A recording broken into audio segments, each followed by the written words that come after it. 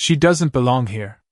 The words didn't just echo, they landed, sharp and deliberate, slicing through the soft hum of violins and polite laughter as every head in the ballroom turned in the same direction, toward the woman standing just inside the grand entrance, unmoving, uninvited, unmistakably out of place. Ava Johnson didn't flinch. The chandeliers above cast a warm gold glow across silk gowns and tailored suits, but when that light reached her, it caught on something else, faint streaks of engine oil embedded deep into the lines of her hands, a quiet proof of work no one here respected. Her heels were simple, worn at the edges, pressing lightly against the polished marble floor that reflected a world she didn't belong to, or at least, that's what they all believed. Conversations collapsed into whispers. A server paused mid-step, a tray of champagne trembling ever so slightly. Someone near the front leaned in, murmuring behind a gloved hand, while another guest subtly shifted away, as if distance alone could restore order to the scene. At the center of it all stood Victoria Hale, composed and immaculate in a gown that shimmered with every movement, her gaze fixed on Ava with a precision that felt rehearsed, controlled, final. This wasn't confusion. This was judgment. Ava felt it, the weight of 100 silent decisions being made about her in real time, about who she was, where she came from, why she had the audacity to step into a room like this. And still, she didn't move. Not forward. Not back. Her breath stayed even, though her fingers tightened slowly around the small object resting in her palm, hidden just out of sight. The music faltered for half a second, barely noticeable, but enough to shift the rhythm of the room. Somewhere near the altar, the groom stood frozen mid-motion, his smile fading just slightly as someone, pulled his attention away from the moment everyone had come to witness. But the guests didn't see that yet. They were too focused on the disruption, the anomaly standing under crystal light instead of fading into the shadows where they thought she belonged. Ava's eyes lifted, steady, not searching for approval, not asking for permission, just present in a space that had already decided she shouldn't exist in it. The air felt heavier now, charged, waiting for something to break, something to give. And in the stillness, before anyone could speak again, before security could take another step, before the whispers could rise into something louder, Ava took a slow breath and held her ground, as if she knew that whatever came next wasn't about proving them wrong, it was about revealing something they were never prepared to see. Ava Johnson had not planned to be seen tonight, not like this, not under lights that exposed every detail people like her were taught to hide, but standing there now with 100 eyes measuring her worth, she remembered exactly why she came, not for the music, not for the vows, but for something unfinished that had followed her for years like a quiet echo she could never outrun, and even as the whispers curled tighter around her, she stayed still, her posture grounded, her gaze steady. Because walking away would have been easier, but it would have meant carrying that silence with her again, and she was done with silence, completely done, long before this night began. Hours earlier, before the sun dipped below the skyline and the city lights turned everything gold, Ava had stood outside the venue, looking up at the towering glass walls that reflected a version of the world she rarely stepped into, her reflection faint against the polished surface, almost invisible unless you knew where to look, and in her right hand, she had held the same small rusted key. Turning it slowly between her fingers like it carried weight far beyond metal, like it carried memory. And it did, more than anyone inside could understand. She had almost turned around twice before walking in, not because she was afraid of them, but because she knew exactly how rooms like this worked, how they categorized people in seconds, how they smiled without warmth and judged without words, and still she had stepped forward, because some moments demand presence, even when presence comes at a cost. Now back inside, the air felt tighter, heavier, as if the room itself was waiting for her to justify her existence. But Ava was not here to explain herself, she was here to finish something that had started on a night no one in this room remembered except her, a night filled not with chandeliers and silk, but with flashing hazard lights, the smell of overheated metal, and a man behind a steering wheel who had no idea how close he had come to losing everything. Her thumb pressed lightly against the edge of the key, grounding her in that memory, steadying her breath as the present pressed in from all sides, and still no one stepped forward to ask why she was here, because to them, the answer did not matter, only the disruption did.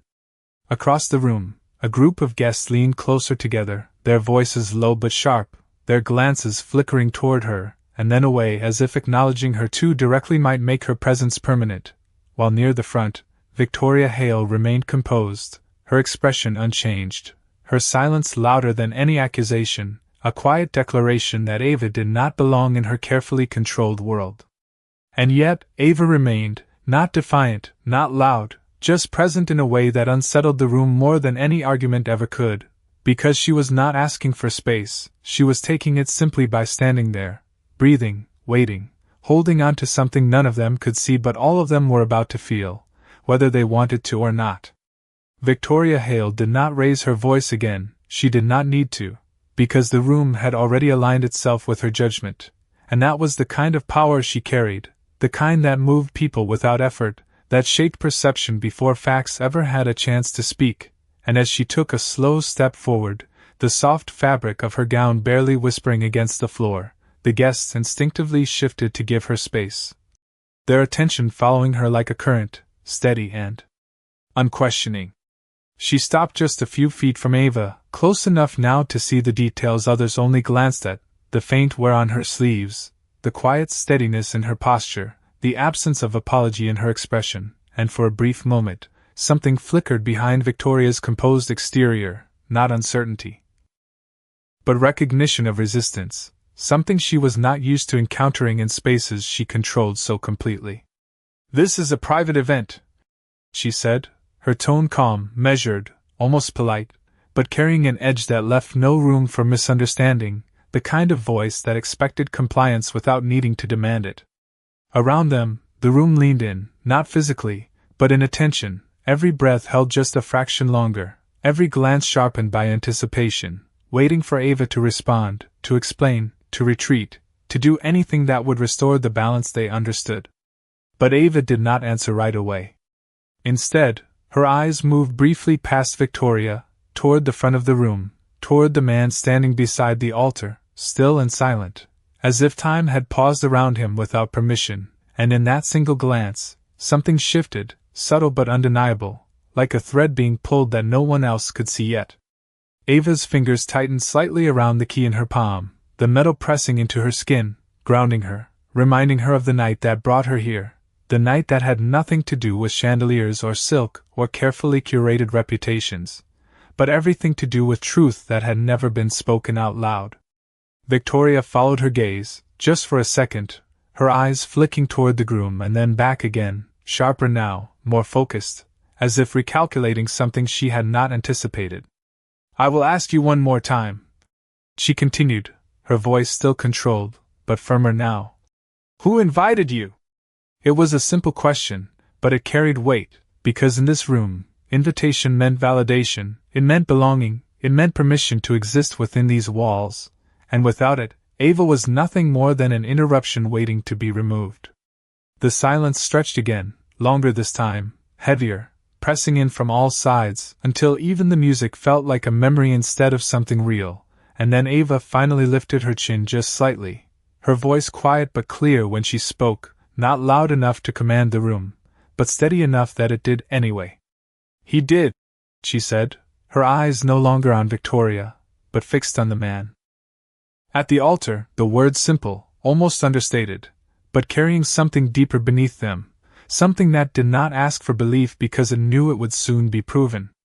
For a heartbeat, no one moved, no one spoke, because the answer did not fit the narrative they had already accepted, and in that brief fracture of expectation, the room began to shift, not loudly, not dramatically, but just enough to signal that whatever was about to happen next would not follow the script they thought they understood. The words hung in the air longer than anyone expected, not because they were loud, but because they refused to disappear, and for the first time since Ava stepped into the room, the silence shifted direction, no longer pressing only on her, but stretching toward the man at the altar, toward Daniel Brooks, who had not moved since her voice reached him. A faint crease formed between his brows, subtle but visible, as if something buried deep beneath layers of polished memory had just been disturbed, and his hand, which had been resting loosely at his side, tightened ever so slightly, the movement small but enough to draw the attention of those closest to him. The officiant glanced at him, uncertain, pausing mid-sentence, while the bride beside him turned just enough to follow his gaze, her expression caught somewhere between confusion and quiet concern. Around the room, whispers began to shift, no longer centered on Ava alone, but branching outward, connecting her presence to something larger, something that did not fit neatly into the narrative they had already decided. Victoria Hale did not step back, but her posture changed, almost imperceptibly, her shoulders aligning with a new tension as she watched Daniel more closely now than Ava, calculating, measuring, searching for confirmation that this disruption would be corrected, that control would return to her as it always had. But Daniel did not immediately respond. Instead, he took a slow breath, his eyes narrowing slightly as he studied Ava, not as a stranger anymore, but as someone trying to place a memory that refused to stay hidden, and in that moment, the distance between them felt less like space and more like time collapsing inward. Ava did not speak again. She did not need to. Her hand remained closed around the key, the cool metal pressing into her palm, grounding her as the room began to tilt in a direction no one had planned for, and for the first time since she entered, she allowed herself to feel the weight of what was about to surface, not fear, but something steadier, something rooted in truth that had waited long enough. A guest near the back shifted uncomfortably, the soft scrape of a chair against marble echoing louder than it should have, while another lowered their glass slowly, as if any sudden movement might break whatever fragile moment was forming. The air felt thinner now, charged with expectation, with the quiet understanding that something was about to be revealed, something that would not be easily dismissed once spoken. Victoria's voice cut in again, sharper this time, not louder, but carrying urgency beneath its control. "Daniel," she said, her tone measured but insistent. "This is unnecessary." It was not a question. It was a directive, a reminder of structure, of order, of how things were supposed to proceed. But Daniel did not look at her. His focus remained on Ava, on the woman standing alone yet somehow anchoring the entire room, and slowly, almost cautiously, he took a single step forward, the movement small but unmistakable, sending a ripple through the gathered guests, as if the ground itself had shifted beneath them. And in that step, something unspoken began to unravel, not loudly, not dramatically, but with a quiet certainty that whatever came next would not be contained, not by status, not by expectation, and certainly not by silence. The single step Daniel took did not sound loud, but in the silence it carried across the entire room like a signal that something irreversible had begun, and every eye followed him now, no longer pretending this was just a small disruption, no longer dismissing Ava as an outsider who could be quietly removed, because the groom himself had shifted the center of gravity, and nothing in this room functioned without his direction. The bride's fingers tightened slightly around her bouquet, the soft petals bending under pressure as she turned toward him, searching his face for reassurance that this moment would pass, that the ceremony would continue as planned. But Daniel did not offer her that comfort, not yet, his attention still locked forward, his expression no longer polished but searching, unsettled, as if he were standing at the edge of a memory that refused to fully surface. Victoria Hale took a small step closer, her heels precise against the marble, her presence attempting to reassert control, to pull the moment back into structure before it unraveled further. "Daniel," she said again, softer this time but edged with urgency. "Everyone is waiting." It was a reminder, a pressure, a subtle command wrapped in elegance, but it did not land the way she intended. Daniel exhaled slowly, the sound barely audible, and then his gaze dropped, not to the floor, not to the crowd, but to Ava's hand, still closed around something small, something he could not yet see clearly but felt he already recognized. The room seemed to lean in collectively, drawn by that shift, by the way his focus narrowed, by the way his composure began to fracture in small, undeniable ways. Ava did not move toward him. She did not lift her hand. She simply stood there, allowing the moment to stretch, allowing him the space to remember without forcing it, because this was never about proving anything to the room, it was about whether he would recognize the truth when it stood right in front of him. A murmur rippled through the guests again, less certain now, less confident, as if the certainty they had clung to just moments ago had begun to dissolve, replaced by something unfamiliar and uncomfortable. One of the groomsmen shifted his stance, glancing between Daniel and Ava, while a woman near the front slowly lowered her phone, sensing that this was no longer a spectacle to capture but something deeper unfolding.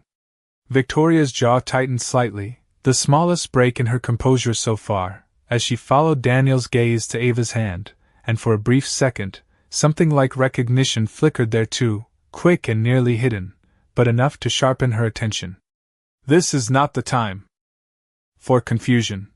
she said, her voice controlled but firmer now, trying to anchor the moment before it slipped beyond her reach. But Daniel did not respond to her. Instead, he took another step forward, slower this time, more deliberate, closing the distance between himself and Ava by just a few feet. But it felt like miles collapsing all at once, and as he did, the silence deepened, thickened, until even the smallest sounds felt amplified, the faint clink of glass, the soft rustle of fabric, the collective breath of a room waiting for something it could no longer predict. And in that space, with every expectation suspended, Ava finally loosened her grip just enough for the edge of the object in her palm to catch the light, a dull glint against gold reflections, subtle but unmistakable, and Daniel's eyes widened slightly, not in shock, but in recognition that had been waiting far longer than this moment, recognition that did not belong to this room, but to a night neither of them had ever fully left behind. The light caught the edge of the key just long enough to change everything, not dramatically, not with noise or spectacle, but with a quiet shift that moved through Daniel like a memory finally finding its place, and for a moment, he did not see the ballroom, the guests, or the ceremony waiting behind him. He saw flashing amber lights reflecting off wet pavement, the faint hum of a struggling engine, the smell of heat rising from metal that had been pushed too far, and a voice, calm and steady, cutting through his confusion on a night he had tried for years to forget. His breath slowed, not out of calm, but recognition, and his hand lifted slightly, as if reaching for something that was no longer in front of him but had never truly left.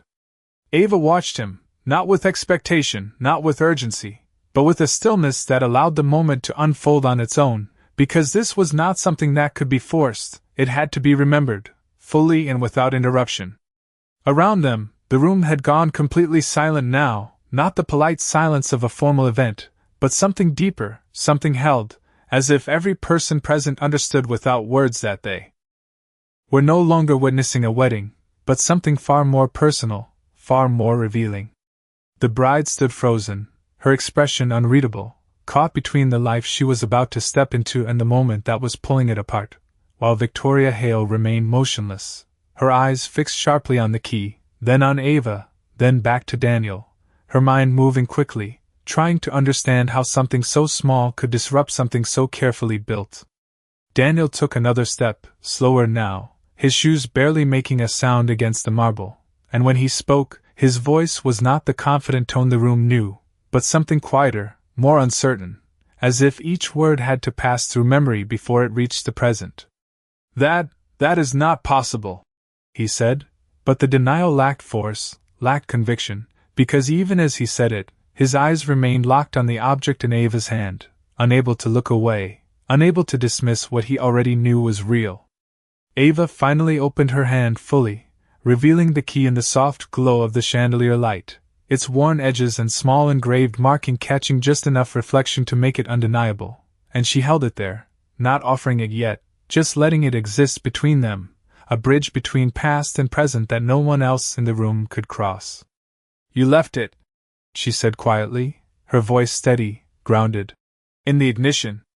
The words landed softly, but they carried weight, not because of how they sounded, but because of what they meant, and Daniel's eyes widened just slightly, the final piece falling into place as the memory returned fully, not fragmented, not distant, but clear, complete, undeniable. The room did not move, did not speak, did not interrupt, because whatever was happening now belonged to them alone, and yet it was changing everything for everyone. Victoria's composure tightened, her fingers curling slightly at her side, as if holding on to control that was slipping in ways she could not immediately correct, and for the first time, The certainty that had defined her presence began to fracture, not loudly, not visibly to all, but enough that the shift could be felt. And in the stillness that followed, with the key resting in Ava's open palm and Daniel standing just steps away, the truth hovered just beneath the surface, ready to rise, no longer willing to remain unseen. Daniel's breath caught in his chest, not sharply, not dramatically, but in a way that lingered, as if the air itself had become heavier to hold, and for a moment he simply stood there, eyes fixed on the key in Ava's hand, no longer questioning it, no longer resisting what it represented, because the memory had already settled in fully, clear and unbroken, and with it came something else, something deeper than recognition. Something closer to realization. "It was raining," he said slowly, his voice quieter than before, almost to himself, but the room heard it anyway because no one dared to make a sound.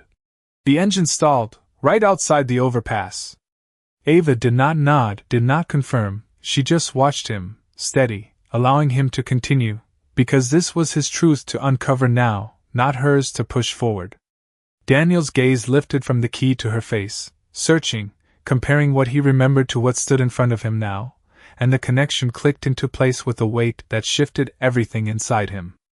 "You stayed," he added, a faint crease forming in his brow. "You waited until it started again." The words carried something softer now, not confusion, not doubt, but a quiet understanding that had been delayed for far too long. Around them, the guests stood frozen in place, their earlier certainty completely dissolved, replaced by a silence that felt almost reverent, as if they were witnessing something that did not belong to them, something that could not be interrupted without consequence. The bride's grip on her bouquet loosened slightly, petals falling unnoticed to the floor, while the officiant lowered his book without realizing it, his role in this moment quietly fading. Victoria Hale, however, remained still but sharply attentive, her eyes narrowing slightly as she processed the shift, the pieces aligning in ways she had not anticipated, and for the first time, her composure was no longer absolute, it was measured, calculated, searching for ground that was no longer steady beneath her. Daniel took another step forward, now close enough that the space between him and Ava felt intentional rather than distant, and his voice, when it came again, carried a clarity that had not been there before. "You fixed it," he said, not as a question, but as a realization, his tone steadying as the truth settled in. Ava finally spoke, her voice calm, grounded, unchanged by the weight of the moment. "I did not fix it," she said, her eyes meeting his directly. "I just saw what was wrong." The simplicity of her words cut deeper than anything louder could have, because they held no claim, no demand, just truth, and that truth began to ripple outward, reaching beyond Daniel, beyond Ava, into the room that had judged her moments ago without hesitation. A quiet shift moved through the crowd, subtle but undeniable, as glances changed, as posture softened, as something unspoken began to unravel in the space between perception and reality. Daniel's expression changed again, this time not with confusion or recognition, but with something closer to respect, something earned not through status, but through action that had never asked to be seen. And as he stood there, facing her, the ceremony behind him forgotten, the expectations around him dissolved, the moment reached a point where it could no longer return to what it had been, because the truth was no longer hidden, and the room, whether ready or not, had already begun to understand. The words settled into the room like something irreversible, not loud, not forceful, but undeniable, and for the first time since the moment began, no one was looking at Ava as an outsider anymore. They were looking at her as the center of a truth that had quietly dismantled everything they thought they understood. Daniel stood still for a second longer, his gaze steady on hers, and then something shifted in him, not hesitation, not confusion, but decision, and it showed in the way his posture straightened, in the way his shoulders settled, in the way his next breath came without weight. He reached forward slowly, not with urgency, but with intention, his hand stopping just short of hers, as if asking permission without words, and Ava, after a brief pause that felt longer than it was, placed the key into his palm. The contact was brief, almost imperceptible, but it carried something deeper than acknowledgement, something closer to closure. Daniel looked down at the key, turning it slightly between his fingers, the engraved marking catching the light once more, and then he exhaled, a quiet release of something he had carried without knowing. "I never thanked you,"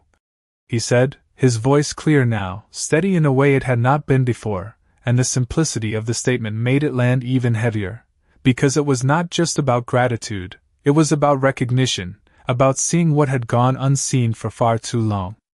Ava's expression did not change much, but there was a softness in her eyes now, not for the room, not for the moment, but for the truth finally being spoken.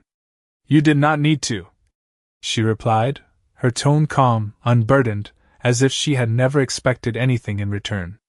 The exchange was quiet, almost private, but it echoed across the room louder than any announcement could have, because it reframed everything, it shifted the roles, it exposed the distance between perception and reality in a way no one could ignore.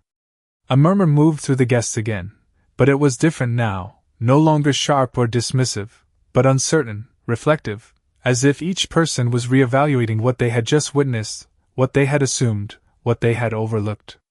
The bride stood motionless, her gaze fixed somewhere between Daniel and Ava, her expression no longer just confusion, but something more complex, something that suggested she understood that this moment would not simply fade once the ceremony resumed, if it resumed at all.